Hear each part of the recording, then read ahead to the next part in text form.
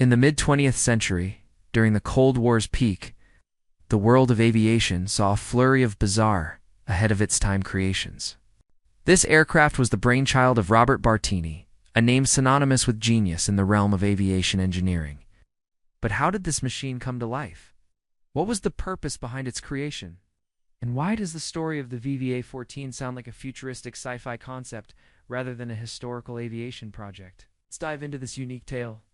Towards the end of the 1960s, the Soviet Union faced a pressing concern: the growing threat posed by American nuclear ballistic missile submarines. These submarines, particularly the Polaris class, were a headache for the Soviets. They could lurk beneath the oceans and launch missiles from afar, making them incredibly hard to detect and counter. This concern led the Soviet military to seek solutions, weapons, or vehicles that could detect and neutralize this threat. And that's when Robert Bartini stepped in with his innovative idea. Bartini, a man known for his out-of-the-box thinking, proposed a vehicle that could take off vertically, fly like a plane, and even sit on the water like a boat. Ow. But what exactly was this contraption? Enter the VVA-14, a name that hides one of the most audacious aircraft projects ever undertaken.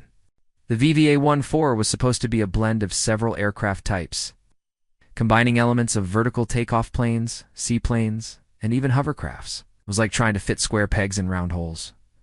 But Bartini was up for the challenge. His idea was revolutionary, but the path to realizing it was fraught with obstacles.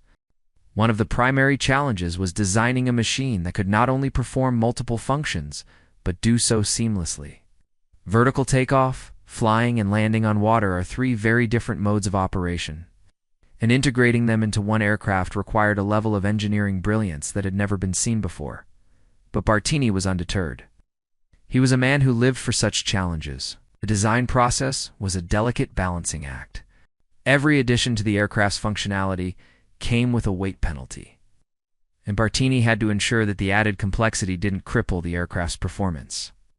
The VVA-14 was envisioned as a multifunctional marvel. It was supposed to have the agility of a helicopter for vertical takeoff and landing, the speed and range of a fighter jet for aerial missions, and the stability of a seaplane for its amphibious role. It truly was the aviation industry's answer to the question, why not? However, this multifunctional design was also the source of the aircraft's major problems.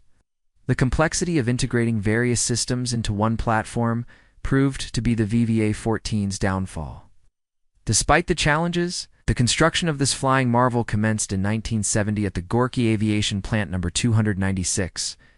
The first prototype was ready for testing by 1972, and what followed was a series of tests that pushed the boundaries of aviation. On May 1972, the VVA-14 took to the skies for the first time. Piloted by the legendary test pilot Sergei Unokhin, the success of this test flight sent ripples of excitement through the Soviet aviation industry. It was an aircraft that seemed to defy the laws of conventional aviation. As the VVA-14 soared through the skies, it became evident that Bartini's design wasn't merely a pipe dream. It was a testament to human ingenuity and the relentless pursuit of innovation. The aircraft's unusual shape drew a lot of attention. It looked like a flying bathtub with giant fins, far from the sleek fighter jets that dominated the skies. But looks can be deceiving. The VVA-14 performed exceptionally well in its initial tests. During these tests, the aircraft reached speeds of up to 760 kilometers per hour and altitudes of around 12 kilometers.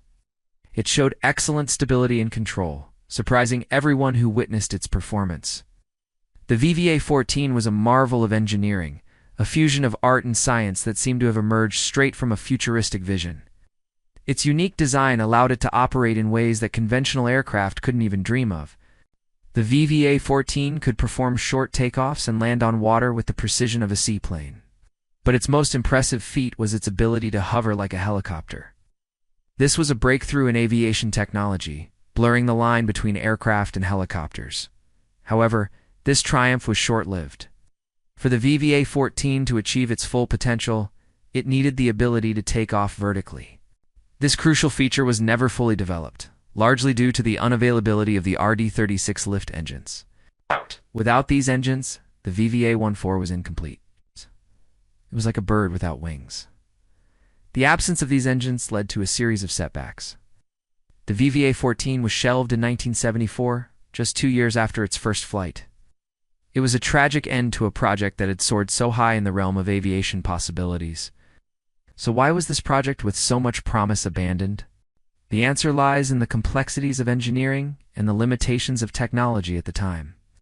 The vertical takeoff capability was the crown jewel of the VVA-14 project, but without the RD-36 engines, this capability remained unrealized.